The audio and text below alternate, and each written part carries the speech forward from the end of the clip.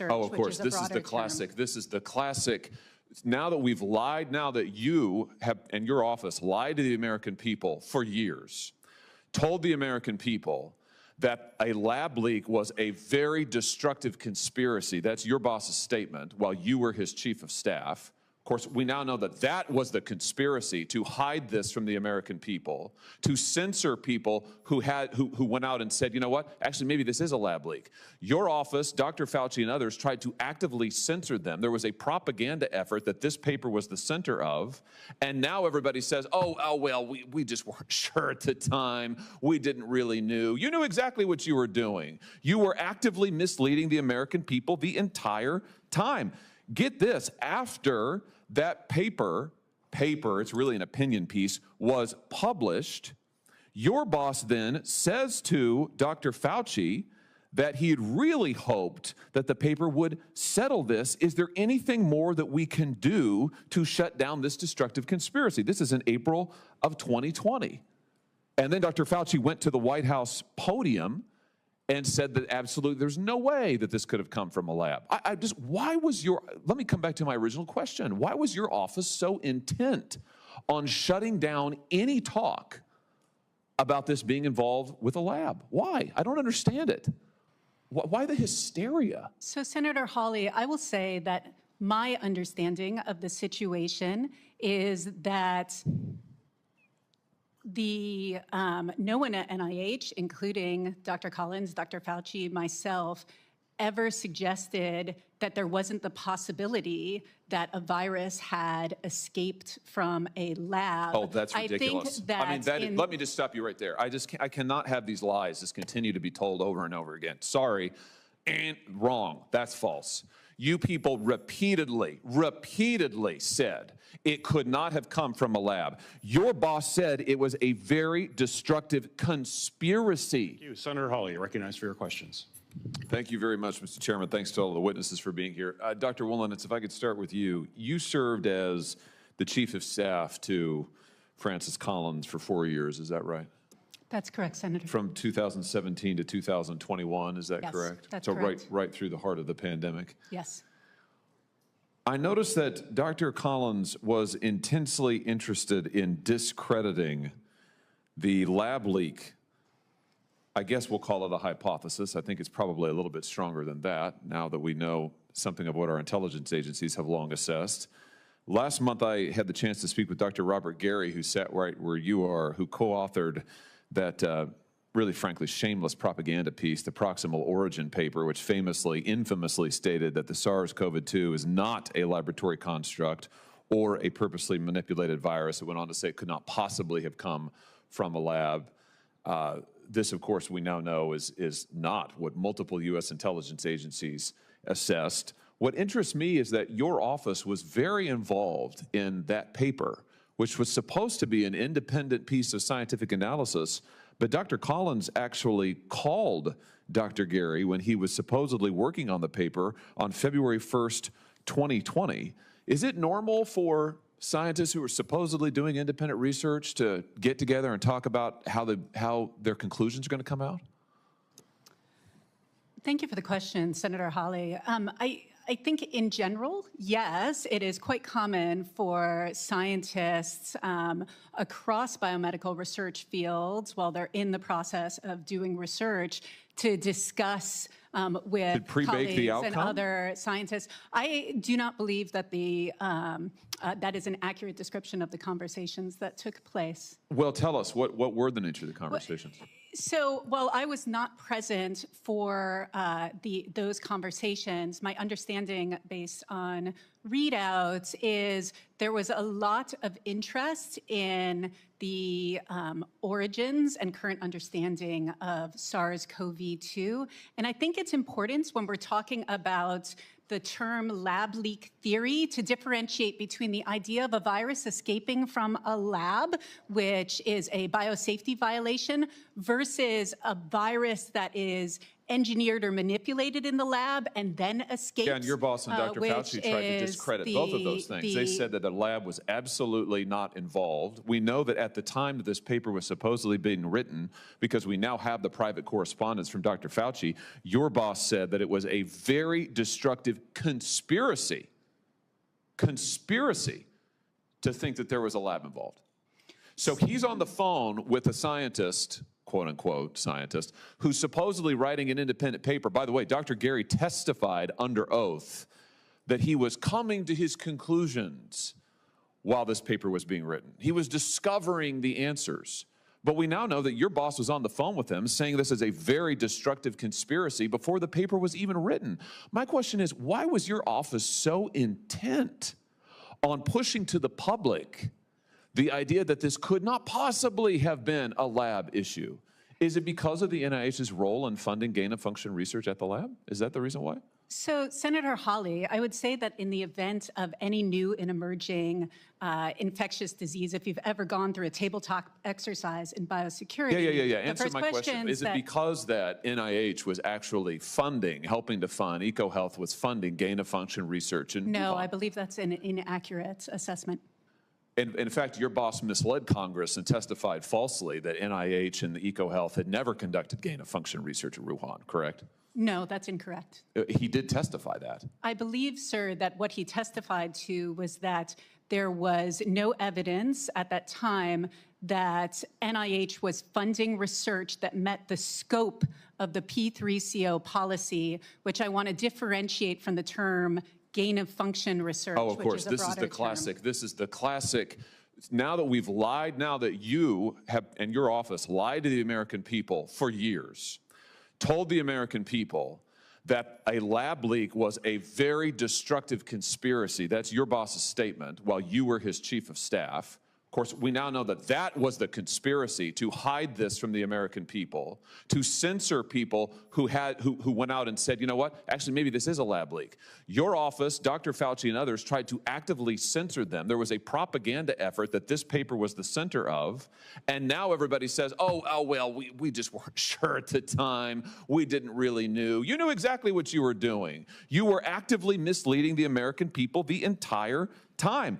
Get this, after that paper, it's really an opinion piece, was published, your boss then says to Dr. Fauci that he had really hoped that the paper would settle this. Is there anything more that we can do to shut down this destructive conspiracy? This is in April of 2020. And then Dr. Fauci went to the White House podium and said that absolutely there's no way that this could have come from a lab. Let me come back to my original question. Why was your office so intent on shutting down any talk about this being involved with a lab? Why? I don't understand it. Why the hysteria? So, Senator Hawley, I will say that my understanding of the situation is that no one at NIH, including Dr. Collins, Dr. Fauci, myself, ever suggested that there wasn't the possibility that a virus had escaped from a lab. Oh, that's ridiculous. Let me just stop you right there. I cannot have these lies just continue to be told over and over again. Sorry, and wrong. That's false. You people repeatedly said it could not have come from a lab. Your boss said it was a very destructive conspiracy. Not that it was unlikely, not that it was not the best idea, a conspiracy. And based on that, you censored, and your administration that you worked for actively censored scientists, journalists, and what we now know is our own intelligence agencies at the same time were concluding and briefing members of Congress that it likely was from a lab leak. I mean, it's extraordinary. And now you've been caught red-handed because you thought that the rest of us wouldn't find out. You thought that the public would always be kept in the dark. And as it turns out, we now know these emails have become public that you were pushing this propaganda effort and yet claiming the mantle of science. Don't you see that what you have done has set back the respectability and integrity of science by generations? You were acting as propagandists. Do you regret your role in any of this? So, Senator Hawley, I don't think you've characterized Do you my regret your or the role in any of the NIH. misleading of the public? Do you regret your role in your office saying that a lab nexus here is a very destructive conspiracy? Do you regret your role in helping censor millions of Americans who were kicked off social media, who were disciplined at work for saying that maybe a lab was involved, which we now know the FBI thinks is the fact the case? Do you regret it? I do not believe I ever had the role that you're describing. Do you regret anything that you did during this period? Do you regret not speaking out? Do you regret not advising your boss to temper his comments? Do you regret not opposing the censorship? Do you regret it? You're in a position of tremendous influence. I do not believe censorship took place, sir. You don't believe censorship took place? I do not. What world are you living in? Tell that to the scientists who basically lost their credentials. Tell that to the people who were kicked off of social media and banned because they asked about a lab leak. You don't believe censorship took place? The privilege is astounding. You were the chief of staff at the NIH pushing these conspiracies, pushing the effort to shut down Americans, and now you have the gall to sit here and say censorship never took place. I mean, it's unbelievable. Unbelievable. Senator, I cannot believe that that's your testimony. And frankly, I can't believe you have the gall to sit here and say that. Thank you, Mr. Chairman. Thank you. Senator Rosen, you're recognized for your questions. Senator Peters, may I have a chance to expand on my comments for a moment? If you could be Yes. brief, please. We have other questions. Yes, thank you. I think I want to make it very clear that I certainly, and I do believe this is true of others at NIH as well, including Dr. Collins and Dr. Fauci, have never dismissed that the potential origins of SARS-CoV-2 leading to the COVID-19 pandemic are known, that there is that we just don't have the evidence to be able to make a determination. That's and what this the is the paper said. The conclusion paper of said the. it couldn't have come from a lab. It could not have come from a lab. Your boss said it was a very destructive conspiracy. But I please let her So I'd like to go forward with my questions, please. But let's just finish your last thoughts, and then we'll move on. My reading of the proximal origin paper is that it did not say that it could not have come from a lab. It said that it was highly implausible that it was engineered and that no determination could be made as to the absolute origin. And censorship never happened. Unbelievable. Senator Ranking Member Paul, you're recognized for your questions. So the debate that Congress and the Senate will have to have is whether or not White House policy is enough. I think they're well-intentioned. I think they want to fix a problem that exists. But we've had this conversation before. In about 2010, 2011, when the avian flu was mutated to become aerosolized and more easily spread among mammals, there was a pause between 2014 and 2016. But throughout the pause, there were exemptions given to many research, and then there's some research that mysteriously just doesn't show up in any documents. So, for example, the research in Wuhan that many of us believe evidence points towards the lab leak causing the pandemic was never reviewed. We then set up a committee called the P3CO committee, which was supposed to be in charge of looking at the safety of dangerous research. They looked at exactly 3 research projects. They complained and said, well, we didn't have the ability to go out and grab research. We could only take what was given to us. So there are limitations of the internal changes. In fact, one of the grave mistakes that was made is that the research in Wuhan was never even looked at by the P3CO committee. It was never paused. And Anthony Fauci will say, my people up and down told me it was not gain of function. And yet there's not one scrap of paper of any discussion ever occurring over whether it was gain of function or not. There have been camps for a long time. People say, oh, is this Republicans versus Democrats? No, but it's contentious, and there have been scientists on both sides of this from the very beginning. Really, probably all the way back to the Spanish flu in 2005, but certainly since 2007. And people need to realize that there are people on polar extremes, and Anthony Fauci was a polar extreme. He believed, and he said in 2012, that even if a pandemic should occur, the knowledge was worth it. So I guess my question to begin for Dr. Redfield was, do you think that taking a coronavirus, the backbone of a SARS coronavirus, and swapping out S proteins from unknown viruses Do you think that's research that should be scrutinized for potentially being gain of function or dangerous? Does it bother you that the internal regulations that were put in place didn't seem to work to catch that Wuhan research? Yes. I think the problem is the program can't be passive. And I think while I respect some of the improvements that happened with the May decisions that the White House has, I still think this is sort of a passive volunteer program for compliance. And so clearly, I think there has to be a much more active engagement. And one of the things that I want to come back to that I said earlier, and people will disagree with me, but I think they should reflect on what I'm about to say. In 2024, 2025, biosecurity is our nation's greatest national security threat. You need to think of it the same way we thought about the verge of nuclear, atomic, and in the late 40s, 50s, and 60s. And, you know, Congress and our country was very aggressive in putting some standards around how we did nuclear research and where we did it. I think we have to have that same vigor towards this biological gain of function research right now. It has the potential to be much more catastrophic than, let's say, an isolated nuclear event. So in preparing this bill to set up an independent board, we interviewed dozens of scientists. We asked them their opinions on this, what has to be done differently.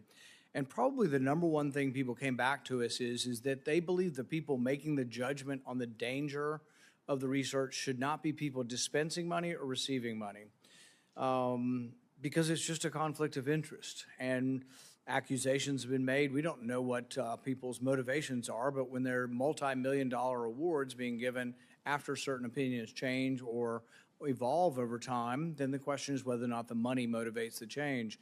And really, so what we did in setting the independent commission up that we hope to pass into legislation is to have people who have are no longer receiving. They could have been working for NIH, but they're no longer receiving benefits. They're not in the dispensing part, to try to get more objective look at this. We also put people on the committee that would have a national security look at this as well. And they can have both. People like Dr. Redfield have had both experiences of looking at national security and the science of this.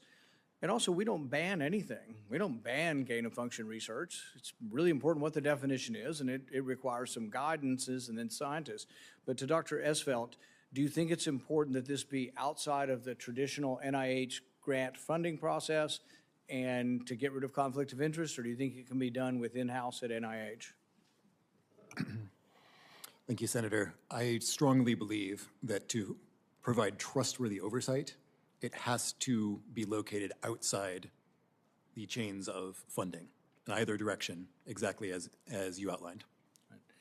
Dr. Esvelt, the history of this, if you could sort of review again, just because some people think this started with COVID, you know, going back to Spanish flu and avian flu, that there's been really a long-running debate in the scientific community about the benefits. Some people say, well, as Anthony Fauci, the knowledge is always worth it, the risk doesn't matter, the knowledge is worth it.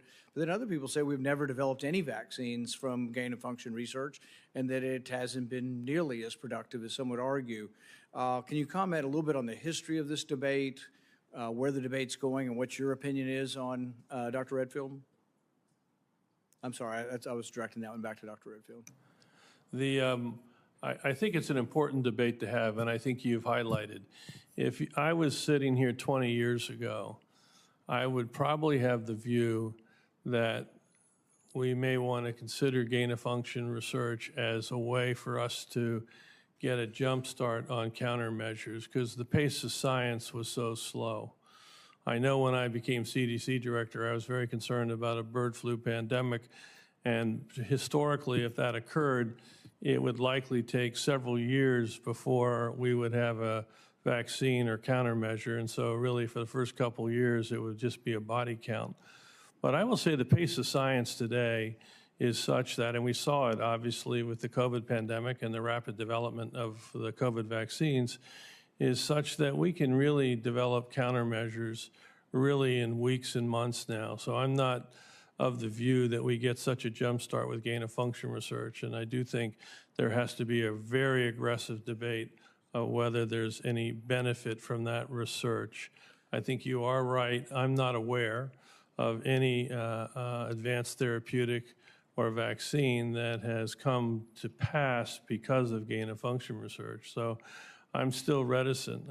I do want to have a vigorous public debate about its benefit, and if it's determined that it has benefit, and I want society to be involved in that debate, not just scientists, then how do we do it in a safe, responsible, and effective way that protects our national security, which I do believe it has to be highly regulated. Thank you. Senator Johnson, recognized for your Thank you, questions. Mr. Chairman. Appreciate you holding this hearing. What I know of your bill, Senator Paul, I'm sure I'm going to co-sponsor it once I review it. But I want to take this in a slightly different direction because I've never had Dr. Redfield before me. The cover-up of the funding of dangerous research is not the only area that our federal agencies have been covering up, been lying to us, not been transparent. I've sent over 60 oversight letters to the agencies, been largely ignored. I'll flash this one more time. These are the last 50 pages of the Fauci emails that I've been trying to get unredacted for the last couple of years. One of my oversight letters, that's what I really want to focus on, is the standard operating procedures, Dr. Redfield, that your agency issued 9 days after you left. So I'm assuming you had some input in that or knowledge of it. So they issued a standard operating procedure in terms of the analysis of the VAERS system. Are you aware of that? That they were going to be doing proportional reporting ratios and empirical Bayesian analysis on VAERS? Senator, I'm really not up to speed on that. Okay, so is there any reason why the CDC, if they're doing those analyses, proportional reporting ratios and empirical Bayesian analysis, why they wouldn't release that to a member of Congress, a senator, requesting to see that data and quite honestly release it to the public? Is there any reason for them to withhold that information? I totally agree with what you are pointing out. You know, I'm disturbed that there's not much more aggressive release to the public of the data they have about safety of these vaccines. I think it's not appropriate. So they are withholding it. Yeah. I think I understand why. You know, let me put up my chart. It is true, by the way, they were touting VAERS. Mr. Tom Shimabukuro, in October of 2020, about a month and a half beforehand, was talking about what a great system this is going to be. Do you agree with that? I mean, I could give you the quote. So I don't want to take, trust me, you were touting the VAERS system. But once the numbers started coming in, you know, I think by April, we had over 2,000 deaths reported worldwide in the VAERS system. About 40-some% of those were occurring on days 0, 1, or 2. So that was concerning. I realize the limitations of VAERS, but here's the current VAERS report compared to other drugs, by the way. The top of the one is ivermectin. This is the one the FDA says horse paste. Come on, y'all, you're not a cow, you're not a horse. On average, over 27 years, 16 deaths per year.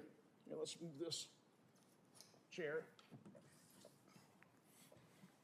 Hydroxychloroquine, 80 deaths per year over 36 years.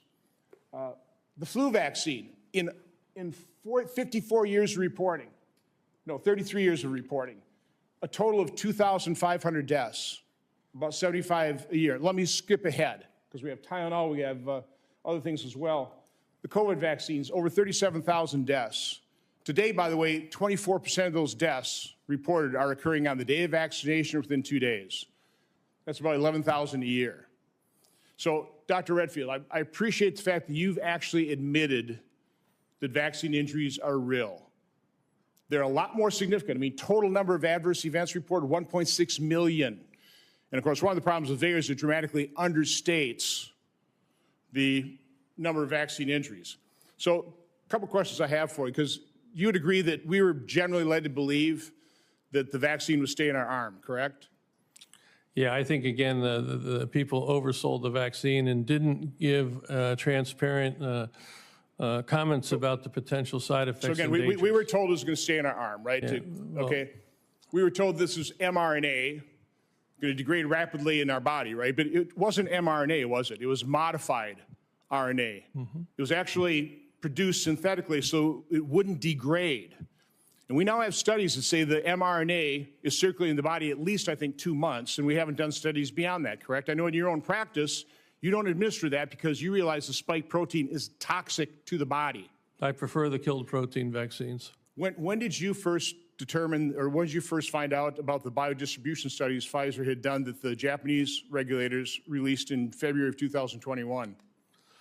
Probably on the lipid nanoparticles. Yeah, probably somewhere in the spring or summer of 21. It was clear that the mRNA in some patients was persisting much longer than it should. When did you find out about the biodistribution of the lipid nanoparticles, or when did people in the FDA, when should have they known about the fact that they were biodistributing all over the body? Yeah, I don't know the answer to that. I was telling you the summer of 2021 is when I probably became more aware that this... Only because the Japanese regulators released that. But again, this is part of the Pfizer studies, so they knew that the lipid nanoparticle, which is designed to permeate difficult to permeate barriers, correct? Right. That's the design of the lipid nanoparticle. So they knew it was going to biodistribute all over the body, concentrating in the ovaries, the adrenal glands. It crosses the blood-brain barrier, correct? Correct. So what would, let's just, again, you're a doctor. What happens when you have a lipid nanoparticle biodistributing, and let's say this mRNA, this modified mRNA attaches to heart muscle? What is it? It injects itself into the cells, causes that heart muscle cell to produce a spike protein, correct? Which is toxic to the body. And then what does the body do? It has a very strong pro-inflammatory response, which is problematic. Again, I think, Senator, what you're getting at, which I'm 100% agreeing with you, is I think there was not appropriate transparency from the beginning about the potential side effects of these vaccines. And I do think there was inappropriate decisions by some to try to report any side effects because they argued that would make the public less likely to get vaccinated. I do think one of the greatest mistakes that was made, of course, was mandating these vaccines. They should have never been mandated. It should have been open to personal choice. They don't prevent infection. They do have side effects. I'm going to clinic this afternoon. But again, I appreciate your admitting side effects, but you have to admit the people of the agencies, the Marks, the Dr. Marks, the Dr. Woodcock, they're still, by and large, denying this, right? They're saying, well, they're mild, they're rare, and they're mild. The FDA they're not rare, and they're severe to death. The FDA should release all of the safety data they have. I was very disappointed to hear that they were planning to hold on to that till 2026. That really creates a sense of total lack of trust in our public health agencies towards vaccination. It's counterproductive. So, Mr. Chairman, I'm not getting cooperation out of the chairman of the Permanent Subcommittee investigation to issue subpoenas to get this information. You have not yet issued a subpoena to get the final 50 pages unredacted. I would suggest we do that. Again, as important as the cover-up of the origin story is, there's a lot more that's being covered up. The public has a right to know. We pay for these agencies, we pay their salaries, we fund these studies, and they're not giving them to us. So again, I would ask you, again, appreciate this hearing, this is important. There are many aspects of our miserably failed response to COVID that needs to be uncovered, not the least of which the sabotage of early treatment, which I didn't have time to get into. Thank you.